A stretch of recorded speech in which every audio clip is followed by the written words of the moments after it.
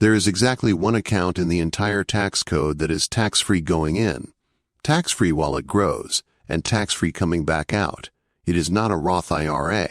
It is a health savings account, and most people who have one are using it completely wrong. Let's fix that. An HSA offers 3 separate advantages in one single account. First, contributions. The money is deducted from your taxable income the moment it goes in. Second, growth. Any investment gains inside the account are never taxed while they grow.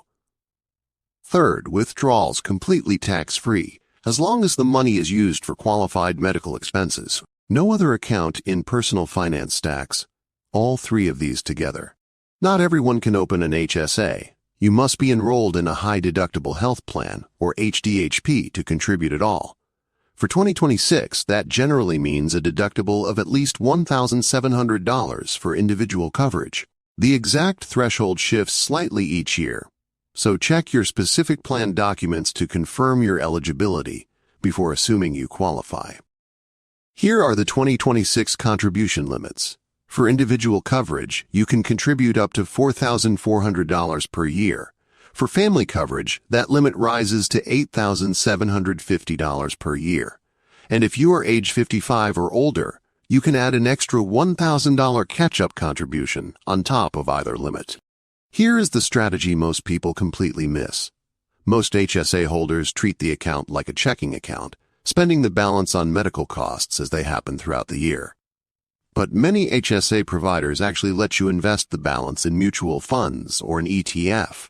Once you hit a minimum cash threshold, the smarter move is to pay small medical bills out of pocket instead, and let the HSA balance grow for decades, completely untouched. Here is the advanced move. Pay medical costs out of pocket right now, and simply keep every single receipt.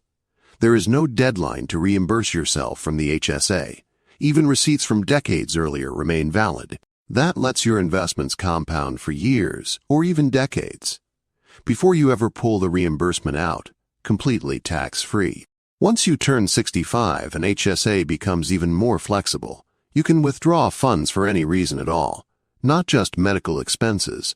Non-medical withdrawals after 65 are simply taxed as ordinary income, the exact same way a traditional IRA works. Medical withdrawals, though, stay completely tax-free forever, no matter your age.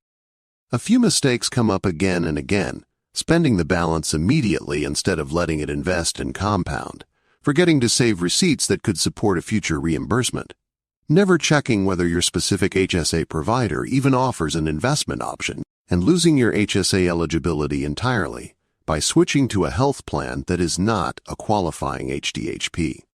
Let's wrap up. HSAs offer a triple tax break that exists in no other account.